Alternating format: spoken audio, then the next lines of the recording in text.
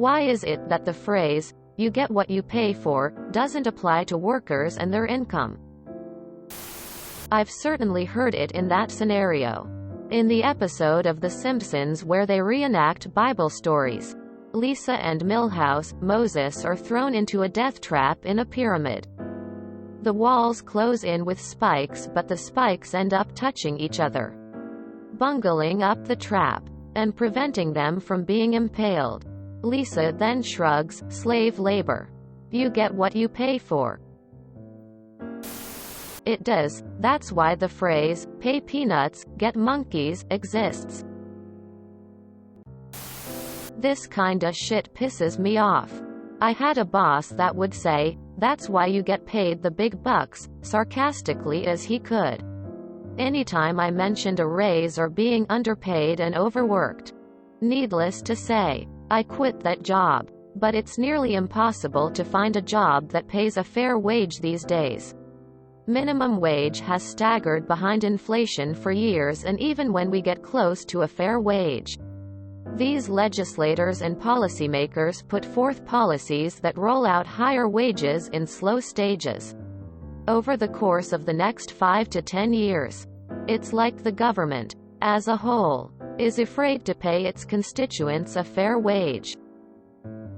By the time minimum wage is up where it should be today 5 years from now, inflation will have gone up exponentially more. So it'll feel like the raises in wages didn't matter. It does actually apply. When I worked for minimum wage, I would give minimum effort. If they asked for more, I would ask for more money, which would usually result in them asking someone else. If you have reliable transportation and you are capable of doing physical labor, then apply at your local construction contractors. They always need another person who is not afraid to use a shovel. It's not glamorous, but it has paid the bills. Started at $16. Decent raise every year. And I have dental and vision benefits. I am dirty and tired 5 days a week, but I don't deal with Karens or assistant managers on a power trip. I make just under $20 per as a high school dropout. I'm starting to learn how to operate equipment, so one day I won't have to be the one getting dirty and tired. It is hard work at times, but its worst days are still better than the best days working retail or fast food. I am currently in an entry-level position at an animal hospital. Although I am the lowest paid employee, I bust my ass, even through my lunch break, to support the rest of the staff any way I can. I clean up their messes, do the jobs no one else wants to do, pick up slack, make sure everything is always stocked for them, and many other tasks that make their jobs a lot easier. I get very positive feedback every day from my teammates, so I know I'm doing something right and that it's appreciated. This is an instance where the phrase doesn't apply. On the opposite end of the spectrum, I was working with racehorses for a number of years, 7 days a week, 365 days a year, and ended up switching barns a couple times, as is very common in the industry. One trainer was only willing to pay the minimum, so I did the minimum amount of work. He was getting rich on my hard labor and couldn't bother with a thank you, a pay raise, a bonus, or even one day off. So yeah, he got exactly what he paid for. There's a fine line between being taken advantage of and used like a borrowed mule, and working hard to move your way up the ladder. It does apply, because when you pay crap, you only attract crap workers.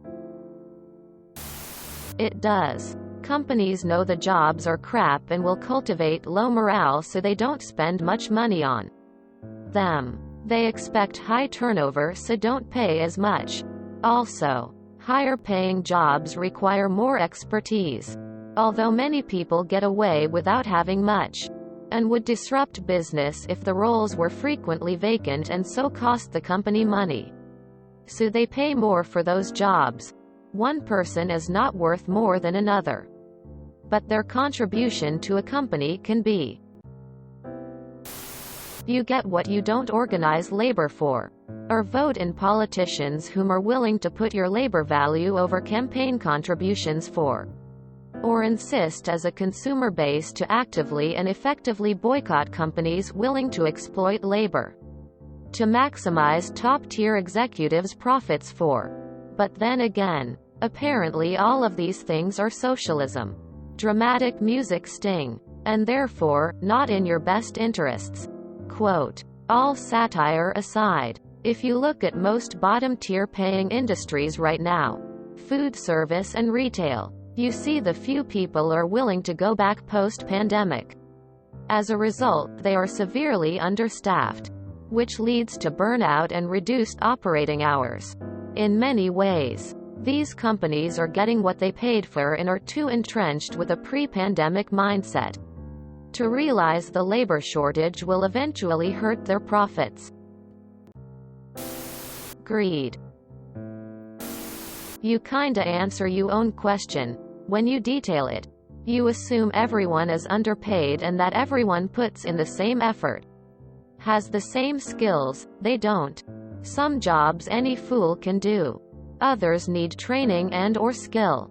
Fast food is often a first-ever real job for many while still in school. How much should they get to get your order wrong?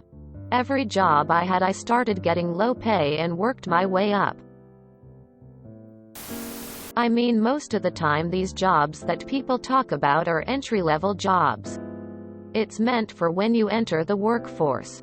You can't get a job like that and expect the same pay as a mid or higher tier job with experience. Or in a company.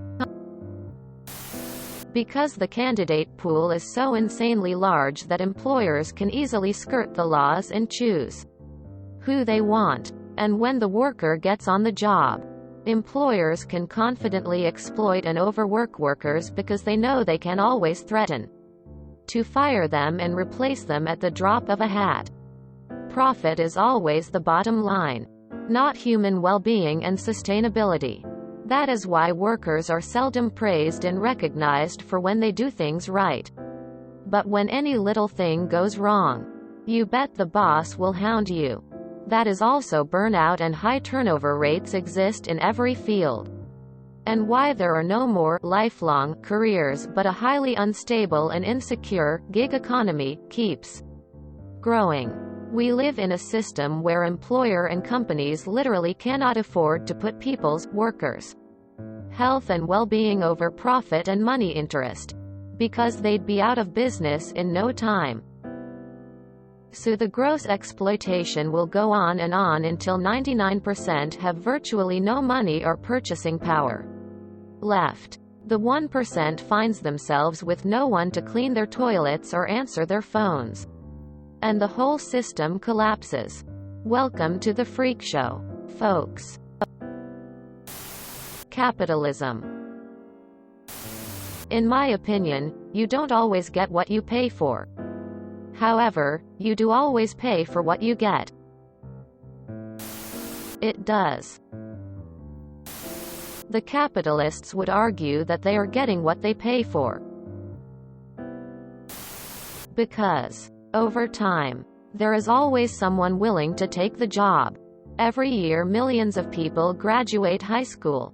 Every year hundreds of thousands of immigrants enter the labor supply pool.